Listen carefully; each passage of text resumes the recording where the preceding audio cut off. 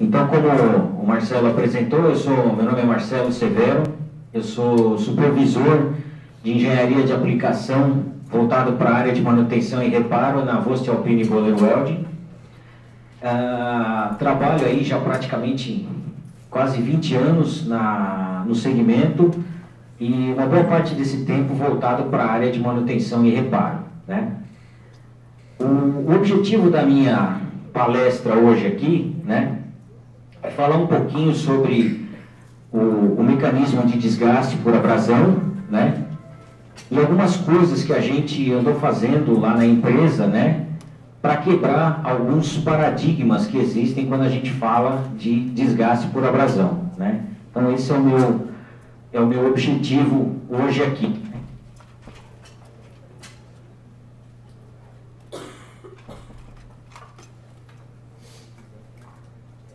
Bom, uma coisa que sempre me chamou a atenção, né, desde que eu comecei a trabalhar nessa área, nesse segmento, né, é que existe um paradigma. Toda vez que a gente fala em desgaste por abrasão, todo mundo pensa em uma superfície de extrema dureza para resistir à abrasão, né?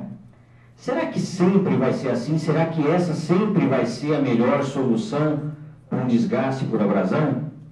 Vamos entender um pouquinho o que é um desgaste por abrasão, quais são as soluções que existem, né? E mais diferente a gente pode fazer para melhorar a vida útil dos equipamentos que estão sujeitos a desgaste por abrasão.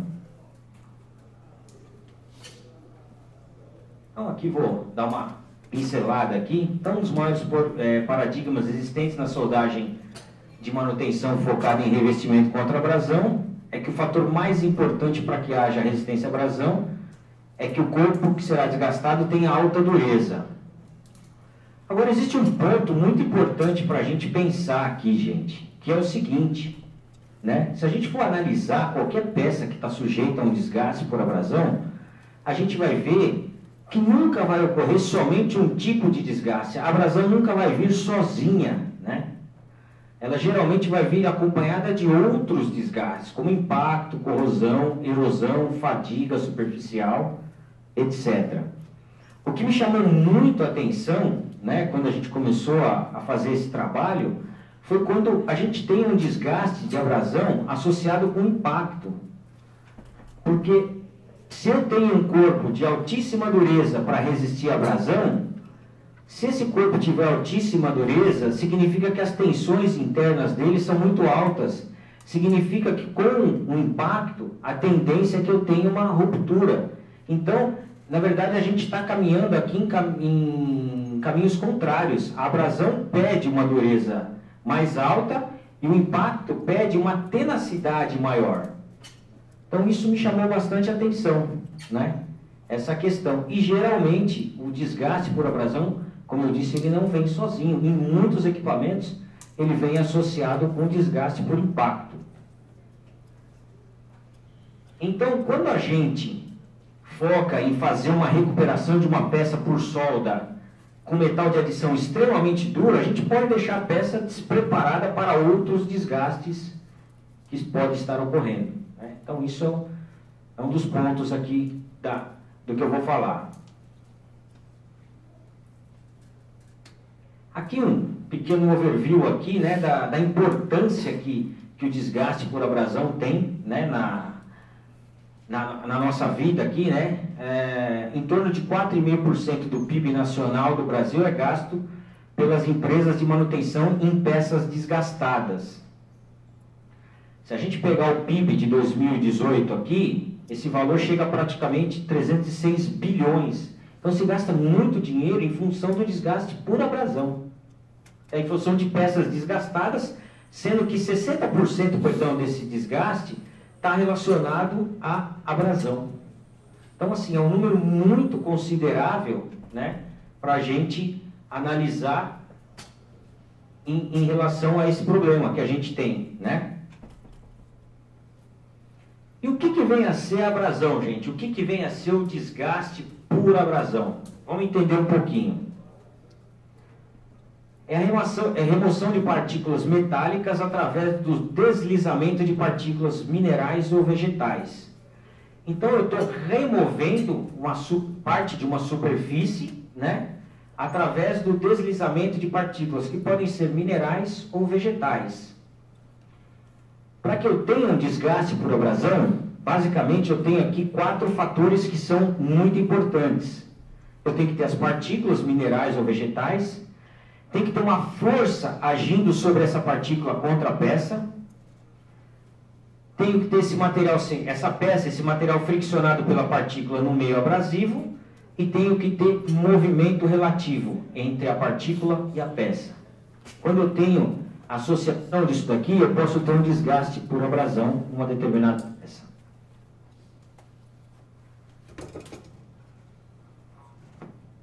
A gente tem basicamente 3 tipos de abrasão, né? Se a gente quiser classificar ela aqui, né? Uma abrasão que a gente chama por riscamento, que é quando a carga exercida entre a partícula e o material é baixa. O material se desprende praticamente por uma, vamos falar assim, uma usinagem, né? O material se desprende da superfície por uma espécie de usinagem. Então eu tenho uma carga, uma pressão exercida baixa entre a partícula e a peça. Quando eu aumento essa carga, eu tenho o que a gente chama de abrasão por goivagem, né? Eu tenho uma carga muito elevada, e aí o material ele vai se desprender por uma espécie de usinagem e também por uma fadiga. Vai gerar uma fadiga na superfície da peça, eu vou começar a ter o despreendimento de partículas dessa superfície. E o terceiro mecanismo é a abrasão que a gente chama de abrasão por moagem. Quando a partícula está presa entre 2 materiais, o material se desprende basicamente por fadiga superficial. Então eu tenho aqui 3 tipos de desgaste, basicamente por abrasão, que pode ocorrer numa determinada superfície. Aqui, um esqueminha de como funciona a abrasão. Então eu tenho aqui uma partícula, a partícula tem uma dureza superior à dureza da superfície da peça que ela está desgastando, e ela começa a fazer o quê? Ela começa a remover partes dessa peça. Aqui, se eu olhar, eu tenho aqui o que a gente chama de abrasão por riscamento. Eu tenho praticamente uma usinagem, aqui a partícula vai estar usinando a superfície da peça. Quando eu aumento essa carga aqui, né, eu começo a ter, além da usinagem, eu começo a ter, tá vendo, umas pequenas trincas aqui, eu tenho uma fadiga na superfície. Então, eu tenho uma abrasão por goivagem. Então, é um processo mais severo ainda.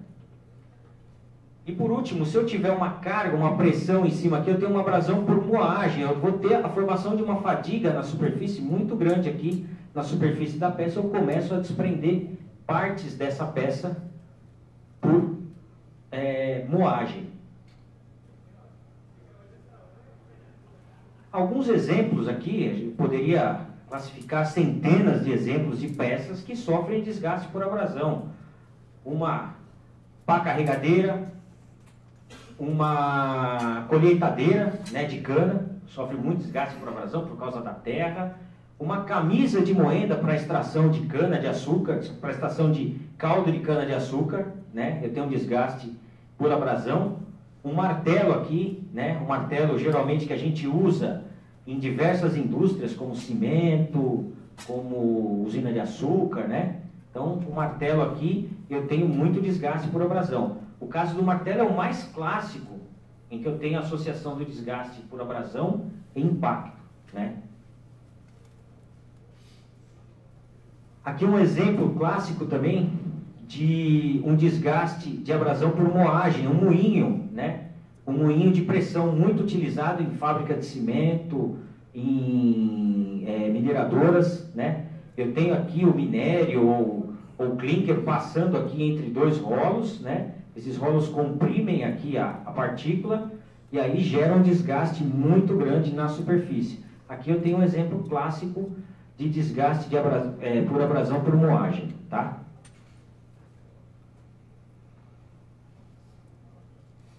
Bom, então deu para a gente olhar o que é um desgaste por abrasão, mais ou menos como ele ocorre, exemplos de peças onde ocorre um desgaste por abrasão.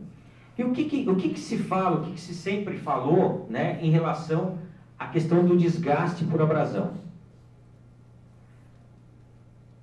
É interessante que os materiais possuam estruturas, né, eu vou falar aqui que são os carbonetos, de alta dureza dispersos numa matriz dúctil. Os carbonetos resistem à abrasão e a matriz ancora os carbonetos e pode resistir a desgaste secundários como impacto e corrosão. Por que carbonetos, né? A gente vai ver um pouquinho mais adiante aqui que os carbonetos, eles têm dureza muito maior do que a maioria das partículas abrasivas. Então, eles resistem aí ao desgaste por abrasão. Uma possibilidade de obtenção, como é que a gente obtém os carbonetos? É quando da solidificação de materiais com altos teores de carbono, por isso o nome carbonetos, e elementos formadores, né? Associação de carbono com alguns outros elementos que vão formar essa estrutura de altíssima dureza. Esses elementos podem ser cromo, nióbio, silício, vanádio, molibdênio, tungstênio, titânio, boro, enfim, diversos deles. E isso pode ocorrer facilmente por um processo de soldagem. A obtenção desses carbonetos aqui pode ocorrer de uma maneira muito fácil através de um processo de soldagem. Eu posso criar ali um eletrodo, um arame, um consumível que vá associar aqui o carbono com algum desses elementos aqui e gerar uma estrutura de carbonetos. Os carbonetos podem ser obtidos pelo controle das variáveis de processo que proporcionam a solidificação em condições tais que favoreçam a formação de carbonetos em uma matriz dúctil. Eu coloquei aqui em vermelho porque a principal dificuldade que a gente tem num processo de soldagem, na utilização do consumível à base de carboneto de cromo, nióbio, qualquer um deles, é a formação de uma matriz dúctil, né? É por isso que geralmente eu tenho uma dificuldade muito grande em obter essa matriz, é por isso que quando a gente solda, aplica um eletrodo à base de carboneto de cromo, um cromo nióbio, ele tem trincas superficiais, porque eu não consigo, eu tenho uma estrutura muito dura em cima de uma matriz que também tem uma dureza elevada. Isso vai fazer com que eu tenha essa dificuldade. E isso é o que vai me dificultar, por exemplo, quando eu tenho associação de abrasão com impacto. Tá? É o fato de eu ter uma dificuldade muito grande em ter essa matriz dúctil aqui. Então aqui o mecanismo, como que os carbonetos resistem, né, ao desgaste abrasivo. Então eu tenho aqui a partícula abrasiva, né, ela vai usinando aqui a peça. Quando ela chega aqui no carboneto, ela encontra uma partícula, deixa eu voltar aqui um pouquinho, uma partícula com uma dureza muito maior que a dela. Então, ela não consegue desgastar a peça, porque ela encontra um corpo aqui, né? Ela encontra uma microestrutura com uma dureza maior que a partícula. Se eu olhar esse gráfico aqui, né? Eu tenho aqui em cima a dureza dos principais minerais abrasivos, e aqui a dureza de diversas microestruturas, né? Então, se eu pegar, por exemplo, aqui, areia, o SiO2 aqui, que está presente aí em diversas aplicações aí, por exemplo, na indústria de cana-de-açúcar, na indústria de mineração, indústria de cimento. Se eu pegar aqui a dureza da partícula de areia, ela é muito menor, por exemplo, do que os carbonetos de cromo, molibdênio, ou carboneto de titânio, ou carboneto de tungstênio, carboneto de vanádio. Então, a dureza dessas microestruturas é muito maior do que a dureza da partícula. Então, por isso que ela resiste ao desgaste, né?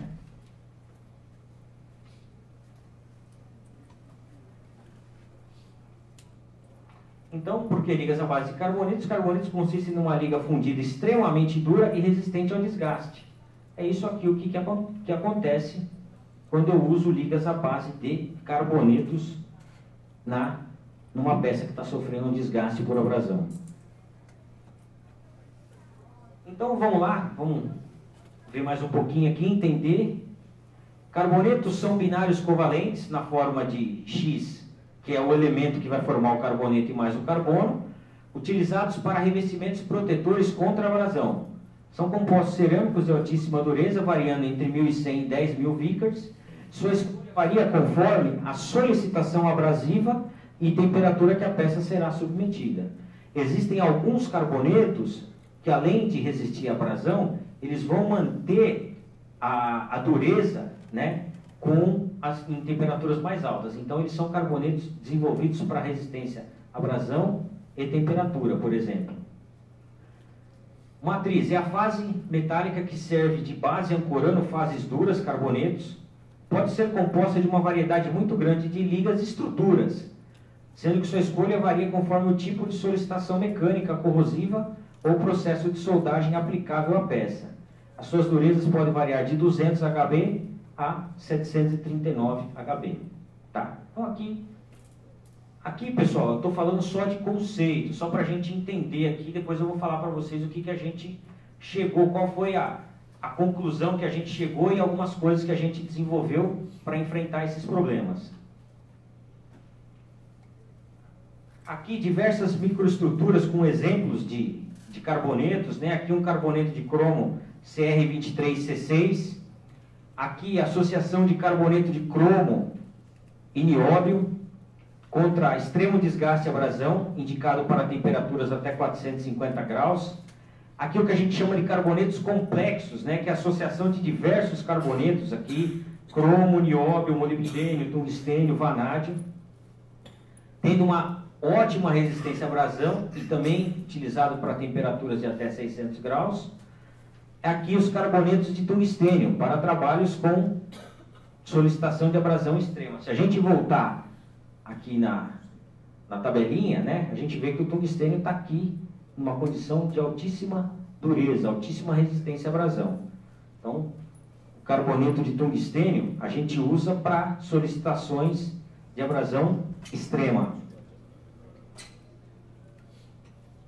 Então vamos lá, o conceito sempre foi o seguinte: eu tenho aqui um desgaste por abrasão, basta que eu selecione um carboneto que tem uma dureza superior à dureza da partícula. Ok? Isso está claro. Eu devo também selecionar a microestrutura da matriz a fim de que a mesma ancore os carbonetos com tenacidade e mantenha uma elevada resistência à abrasão. Aqui que está o grande problema, né? Por quê? Porque para que essa matriz tenha uma alta resistência à abrasão, ela tem que ter uma dureza elevada. Se ela tem uma dureza elevada, ela acaba se tornando, tem um nível de tensões internas alto, ela acaba se tornando frágil, por exemplo, em aplicações onde eu tenha impacto e abrasão. Deve-se levar sempre em consideração o fenômeno da diluição, né? Então, quando eu vou selecionar revestir uma peça que vai sofrer desgaste por abrasão, eu vou selecionar o tipo de carboneto, vou selecionar a microestrutura da matriz e vou levar em conta o fenômeno da diluição. O que é a diluição? Porção do metal de base que irá pertencer ao metal depositado, né? Em revestimento, a gente fala muito de diluição. Por quê? Porque geralmente, quando a gente reveste uma peça, a gente tem aqui um metal de base, que é um aço baixo carbono, um aço que não tem nenhum tipo de liga, e a gente aplica materiais com alta liga sobre esse aço, né? E aí, com a mistura aqui, com a diluição que eu tenho entre o depósito e o aço carbono, eu vou ter uma composição química e uma dureza superficial diferente em função da diluição. Uma ideia aqui de cálculo, né? A gente geralmente num processo eletrodo revestido, numa primeira camada a gente tem 30% do depósito pertence à composição química do metal de base, numa segunda 10%, e numa terceira camada chega a ser menos que 3%, né? Então, o fenômeno da diluição é muito importante quando a gente vai falar de revestimento resistente à abrasão. Então vamos lá, falando ainda da diluição, né? Um dos fatores que influenciam sobre a fração volumétrica, né, a quantidade de carbonetos que eu vou ter na estrutura, é a diluição. A diluição do material de base no revestimento pode ser responsável pela perda de dureza, né, e consequentemente aumento do desgaste, porque eu vou ter na composição química do depósito propriedades de um aço baixo carbono. Eu vou estar roubando elementos de liga do meu depósito. Então eu posso ter aqui uma perda de dureza e de resistência ao desgaste.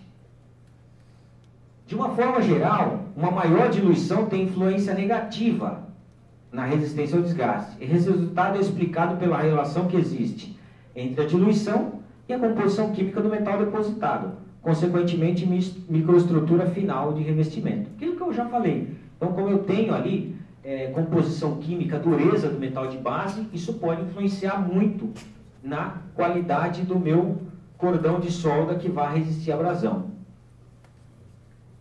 Porém, um ponto interessante, se eu aplicar um número exagerado de camadas a fim de minimizar os efeitos da diluição, pode-se formar um cordão de solda com um nível de tensões tão alto que o mesmo pode vir a se desplacar do substrato. Então, se eu aplicar, posso aplicar 10 camadas? Se eu aplicar 10 camadas de um material à base de carboneto de cromo, por exemplo, o que vai acontecer? Eu vou gerar um nível de dureza tão grande, um nível de tensão tão grande, que eu posso ter um desplacamento, né? Então, a diluição é muito importante para mim entender aqui o que eu vou fazer, o quanto que eu tenho que aplicar, né?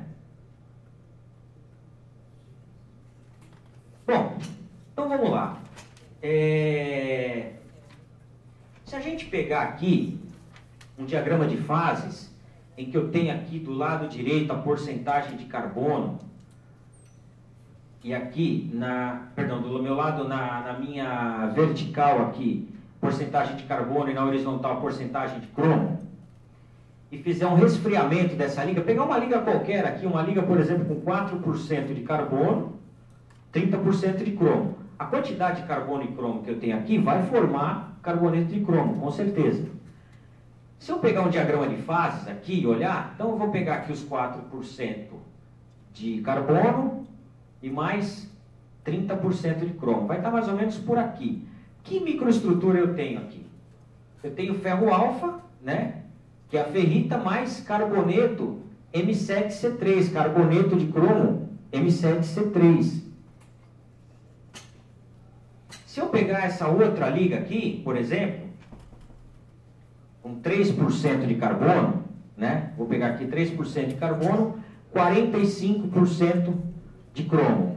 Eu vou ter também aqui a formação de ferro alfa, de ferrita, mais M23C6. Eu vou ter a formação desse carboneto aqui.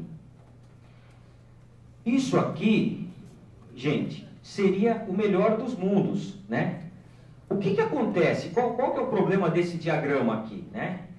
Esse diagrama não leva em consideração o tempo de resfriamento, né? Então, o que acontece? Se eu tenho aqui ferrita, ferrita é uma matriz tenaz. Se eu pegar essa ferrita e encher de carboneto ali, tem uma matriz tenaz que vai resistir ao impacto e vou ter bastante carboneto ancorado ali resistindo à abrasão. Porém, o que acontece? Num processo de soldagem, onde geralmente a gente reveste as peças vão estar geralmente a frio, né? Não se pré-aquece peça, por exemplo, para fazer um revestimento contra abrasão. Eu tenho uma alta velocidade de resfriamento. Com o excesso de carbono, que pode ser segregado para a matriz, pode ocorrer a formação de várias outras microestruturas, como, por exemplo, austenita mais eutético, martensita ou ledeborita.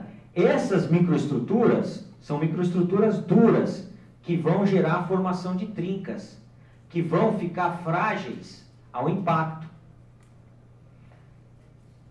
É por esse fator que geralmente depósitos de solda à base de carbonetos produzem trincas de alívio de tensão, né? Porque, na verdade, no processo de soldagem, eu não tenho essa condição ideal. Eu vou ter uma outra microestrutura, geralmente uma outra microestrutura se formando. E é por esse motivo que um depósito à base de carbonetos tem limite de camadas e pode não funcionar bem numa aplicação onde exista desgaste por impacto. Então, gente, nós, baseado em tudo isso que acontecia, né, eu trabalho há muito tempo nesse segmento, comecei a estudar, ver algumas coisas, alguns trabalhos que tinham sido feitos aí, né? Começamos a pensar em algumas coisas diferentes aqui para evitar esse tipo de problema, né? E nós chegamos a duas conclusões aqui, né? A gente pode melhorar isso através de dois fatores: através do procedimento de soldagem ou através do desenvolvimento de um novo tipo de liga. Então, a gente fez um procedimento de soldagem que eu vou mostrar para vocês aqui diferente, o resultado que a gente obteve. Foi desenvolvido isso para a nossa empresa, não aqui no Brasil, lá fora, uma liga diferente que vai melhorar muito esse problema, que vai melhorar esse conceito aí. Bom, aqui é a liga que a gente mexeu para fazer esse procedimento de soldagem. É uma liga aqui riquíssima, 5,2 de carbono, 21 de cromo, 6 de nióbio e boro. Uma liga extremamente rica, formadora de carbonetos com altíssima resistência a desgaste por abrasão. Se eu pegar a microestrutura formada por essa liga, eu tenho aqui, ela vai formar carbonetos aciculares, que são esses carbonetos aqui que a gente está vendo, né? Numa matriz martensítica. Nós pensamos bastante lá na empresa, né? Pesquisando muito coisas que já tinham sido feitas no passado, coisas que já tinham sido feitas em outras empresas, né? Gostaria até de, antes de falar desse procedimento aqui, duas pessoas que estão aqui que foram muito importantes nesse processo, o Rodrigo e o Diego, né? A gente trabalhou muito junto nesse negócio aqui, né? E a gente desenvolveu o seguinte procedimento. A gente começou a pensar que uma maneira de eu mexer com essa matriz aqui seria através de temperatura, seria através de um tipo de tratamento térmico. Mas não adianta eu revestir uma peça, botar essa peça dentro de um forno, numa aplicação de manutenção, numa mineradora, numa usina de açúcar. A gente sabe que isso é impossível. Não adianta eu chegar com um pacote para uma usina de açúcar, alguma coisa que não faz parte da realidade de uma usina de açúcar, né? Então não adianta eu chegar para o cara da usina de açúcar e falar: você vai pegar o seu martelo, vai pegar um forno aqui, vai deixar esse martelo aqui a 700 graus dentro do forno. O cara nunca vai fazer isso. Então o processo ia morrer no ninho. Então o que a gente pensou? Aqui é um procedimento convencional, a gente solda aqui numa placa a frio, né? Que a gente chama de procedimento convencional, e aqui o procedimento que a gente chamou de procedimento VA, voestalpine, né? O que seria isso? A gente soldou de uma vez só. A gente criou um molde de cobre aqui e fez um depósito de 45 milímetros em um único passe. Então a gente pode ver como é que ficou aqui o cordão de solda. Ele ficou totalmente ao rubro, né? Então a gente fez isso num único passe.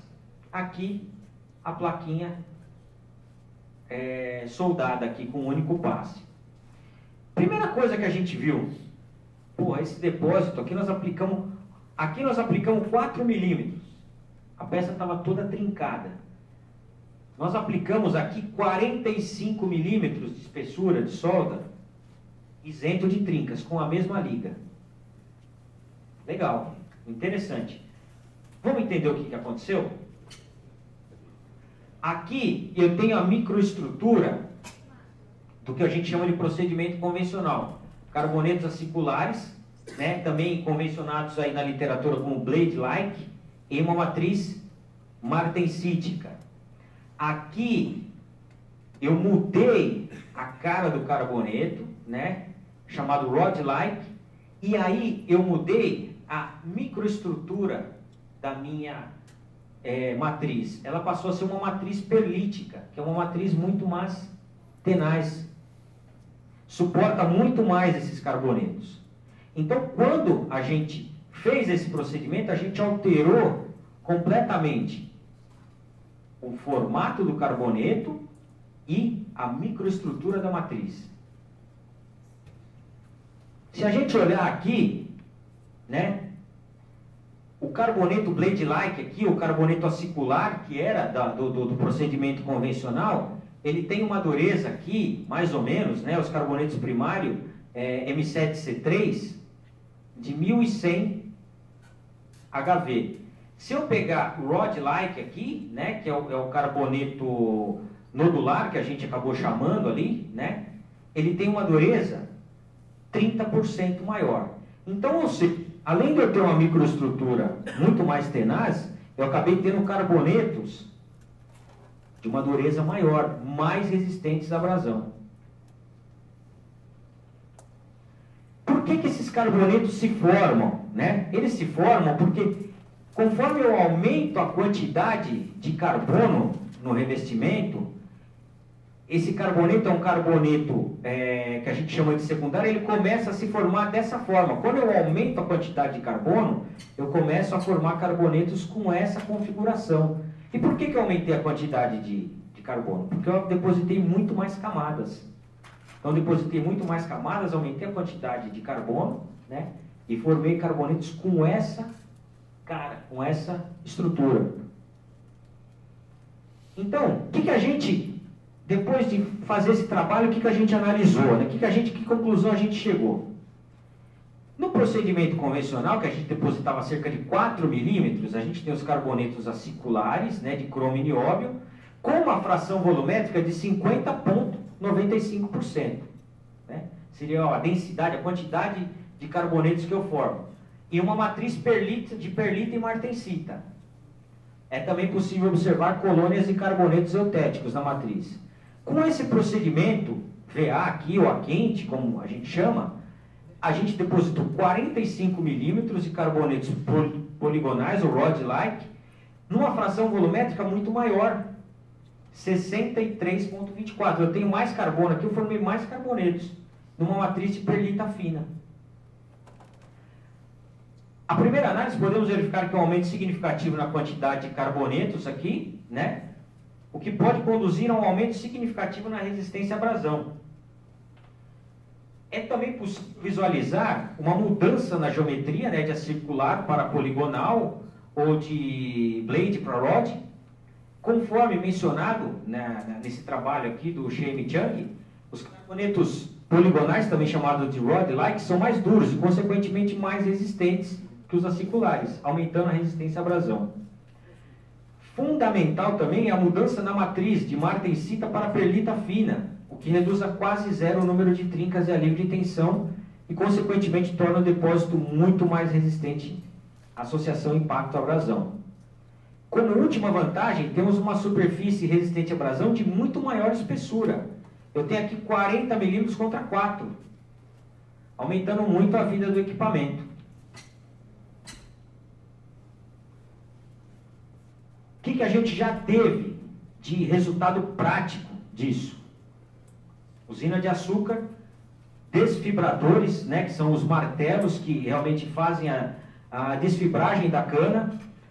Numa usina em São Paulo, nós subimos a vida útil desse desfibrador de 350 mil toneladas para 850 mil toneladas de cana processada. Com o seguinte detalhe: esse martelo foi trocado na usina não por desgaste. Ele foi trocado porque a bucha, acabou a bucha desgastou, não desgastou o martelo. Então eles têm que trocar com 850 mil, porque a bucha onde o martelo está alojado no eixo, gastou. Né? Então foi através do procedimento de soldagem com uma liga especial, a gente conseguiu aqui mexer muito com a questão da resistência à abrasão associado a impacto. Uma outra maneira, isso é algo que está sendo feito lá fora, ainda a gente está em estudo aqui, né? É o desenvolvimento de uma nova liga, né? Então, para desenvolver uma nova liga, o que está se pensando? Numa liga em que você tem uma matriz 100% tenaz, uma matriz que é austenítica, que não vai sofrer influência de tratamento térmico. Então, a solução que nós encontramos é uma liga de arame tubular com matriz à base de níquel, que torna ela 100% austenítica, com a presença de boro, o que aumenta a dureza da matriz sem comprometer sua microestrutura e tornar a liga temperável. Só tomar uma vacina.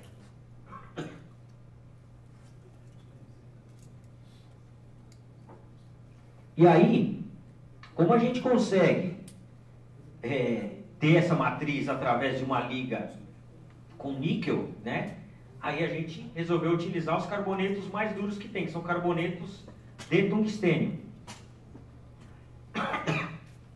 Essa aqui é basicamente a composição química do arame, né? Ele tem 2,8 de carbono, 42% de tungstênio e o restante é a base de níquel, 0,7 de boro. Então eu tenho aqui uma liga de níquel-boro cheia de carbonetos de tungstênio. Ele tem uma matriz de 44 Rockwell C com uma quantidade muito grande de carbonetos de tungstênio. Então, essa liga é uma liga rica em carbonetos de tungstênio na primeira camada, estabilidade térmica aplicada pelo processo FCAW. Aqui, alguns ensaios preliminares que foram feitos, aqui o ensaio de abrasão, a STMG65, com dióxido de silício. Os resultados aqui, aplicação em uma camada com processo de curva controlada, e aqui aplicação em 4 camadas. Ok? Bom, gente, aqui algumas fotos, exemplos aqui de onde pode ser aplicado esse conceito aqui, né? Por ser um arame com a matriz à base de níquel, não é preciso dizer que vai ser um arame com um preço mais elevado, mas em diversas aplicações, onde eu quero aplicar multicamadas, né? Sem ter qualquer tipo de problema, eu posso utilizar essa liga aqui. Bom, pessoal, basicamente era isso que eu tinha para falar, né? Acho que foi rápido aí, mas creio que deu para entender a lógica aí do que a gente tem feito e tem desenvolvido aí nessa área de soldagem de manutenção, né? Eu vou só passar uma última mensagem aqui, né? Isso aconteceu da mesma forma que no ano passado. Eu lembro que quando eu vim fazer a palestra aqui no ano passado, foi bem na sequência de uma palestra de indústria 4.0 também, né? E eu acho que nós estamos nos dois extremos aqui, né? Nós temos uma indústria 4.0, evolução, e uma soldagem de manutenção. Mas eu acho que assim, a soldagem de manutenção ainda, por muito e muito tempo, ela vai ser muito importante dentro da indústria. Ela é um coração muito grande aí dentro das principais indústrias do país. Beleza? Obrigado, hein?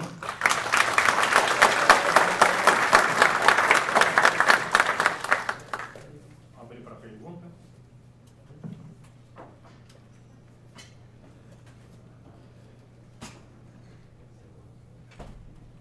Parabéns, Marcelo. Obrigado. Wagner Pereira da Prestes Soldas. A minha pergunta é só uma curiosidade. A gente sabe que no passado o eletrodo revestido reinava em manutenção, principalmente nessas aplicações aí para revestimento duro e tudo que você explicou. Depois vieram, lógico, processos semiautomáticos, arame tubular muito forte. Hoje, como é que vocês estão medindo isso lá na Biller? Qual que é a proporção? Eletrodo, arame? Caiu muito o eletrodo ou ainda se mantém? O eletrodo, boa pergunta, né? O eletrodo ele ainda se mantém aí muito forte, principalmente no segmento sucroalcooleiro, né? Existem alguns paradigmas na indústria de cana-de-açúcar, né? Que para algumas aplicações o eletrodo funciona, o desempenho do eletrodo é muito melhor do que do arame, né? Então no mercado sucroalcooleiro ainda se usa bastante eletrodo em diversas aplicações, como chapisco e moenda, picote, mas eu diria que nas outras indústrias, cimento, mineração, siderurgia, praticamente o arame tubular tem reinado. Eletrodos são só algumas aplicações muito específicas onde ele não tem, o soldador não tem acesso à peça por algum problema desse sentido, mas o eletrodo hoje é só realmente no mercado sucroalcooleiro que ele ainda tem ele ainda é protagonista em algumas aplicações.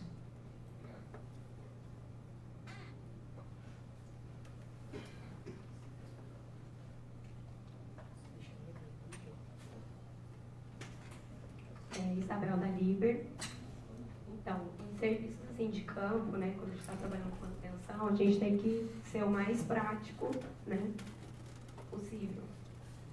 Então, a minha dúvida é o seguinte: quando você comentou desse teste que você fez, e uma das possibilidades seria aumentar o número de camadas, fazer uma camada muito mais espessa, será que não seria viável, como ainda não tem essa liga, a liga está em desenvolvimento, a gente usar 2 camadas? Por exemplo, eu uso material, entro na minha matriz, né, com material um pouco mais mole, né, a base de níquel, por exemplo, um material mais mole, faço minha primeira camada e depois entro com uma segunda camada com material mais rico em carboneto de cromo, por exemplo.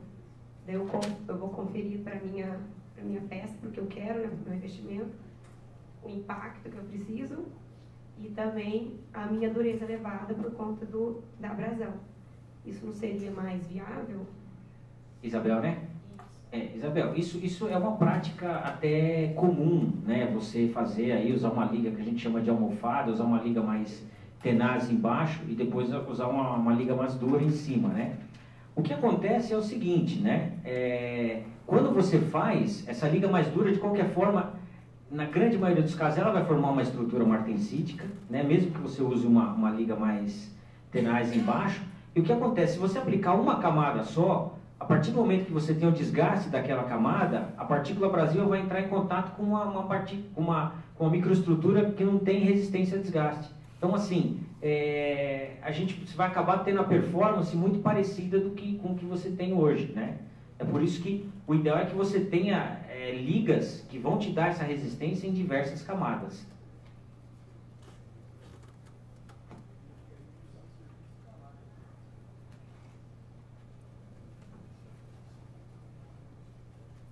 Parabéns, Marcelo. Obrigado. Quanto tempo, isso para quem tem a usina é complicado, uma operação desse tipo demora, paralisando a produção habitual? Vamos pegar o caso da usina de açúcar, né? A troca de um jogo de martelos é extremamente rápida, né? Eles levam aí 2 horas para trocar um jogo inteiro. O que acontece assim, a usina sempre mantém um jogo de martelos reserva. Então, enquanto um jogo está trabalhando, eles têm um outro que eles vão trabalhando. Esse processo que a gente desenvolveu é um processo realmente mais lento, se a gente for comparar com um processo convencional, né?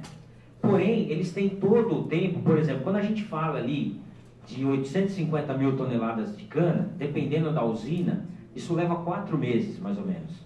Então, assim, eles têm 4 meses para refazer esse jogo de martelo. Não é nada que vá comprometer a produtividade.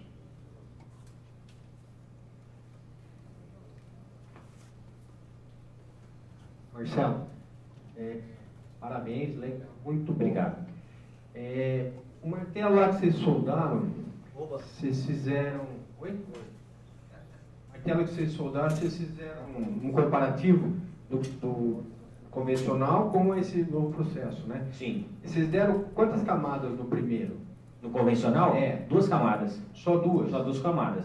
Reconstruímos com uma liga à base de carboneto de titânio e 2 camadas de material duro.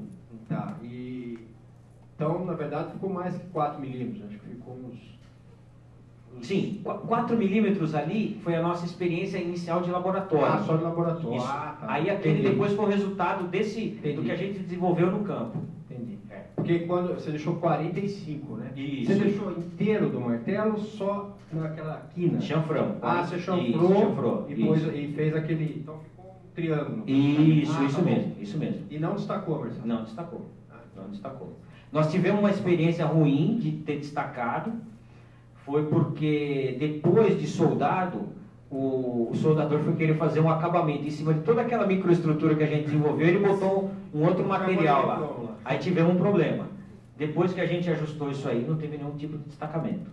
Porque provavelmente deu uma diluição boa para não ter destacado. É isso aí. Né? É isso aí. Você fez aquele processo contínuo, né? Isso mesmo. Maravilha. Obrigado pela dúvida.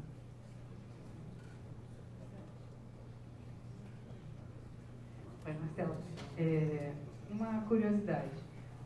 Você falou da diluição, né? né? Mas, assim, no caso ali, para você ter a perlita, é porque você botou um aporte mais alto e aí chega mais lento, né? Quando você tem os carbonetos você usou arame tubular. Isso mesmo. O carboneto, ele vai no consumível já na forma de carboneto? Não. Não. Então você forma aqueles carbonetos primários durante a solidificação? A solidificação, isso mesmo. E quando você tem um aporte mais alto, você não tem uma tendência de... Aí você dissolve mais, quer dizer, você mantém ele mais tempo líquido. Sim. E por isso é que você muda a morfologia. Isso. E a questão toda, né, esse foi um experimento, né, a gente, antes de fazer, não tinha muita ciência aplicada. A gente fez, imaginando algumas coisas que já tinham sido feitas, e chegou a essa conclusão. O que eu acredito que, como eu estou aplicando muitas camadas, eu acabo tendo uma quantidade, uma saturação de carbono muito grande ali em toda aquela região. Por isso que mesmo eu tendo um resfriamento lento, eu consigo formar bastante carbonetos ainda. Obrigada.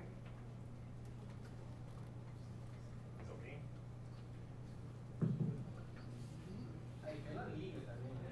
Sim. Pela liga, o consumidor vai ficando puro. É isso aí. Então não tem mais diluição do metal de base.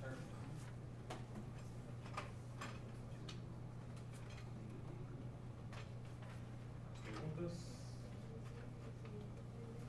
Pode disponibilizar para nós? A autorização é sua. Vamos negociar isso aí. Mais alguma dúvida, pessoal? Fechou?